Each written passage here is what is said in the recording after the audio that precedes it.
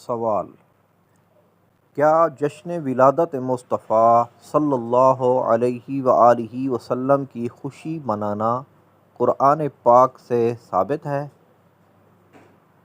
جواب: جی ہاں، ثابت ہے۔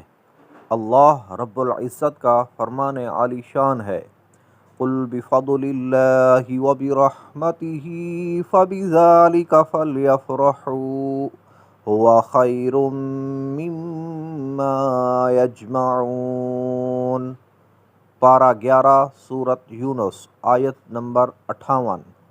ترجمہ: اے پیارے محبوب، تم فرماؤ کہ اللہ کے فضل اور اس کی رحمت کے ملنے پر خوشی کریں، یہ اس سے بہتر ہے جسے وہ جمع کرتے ہیں۔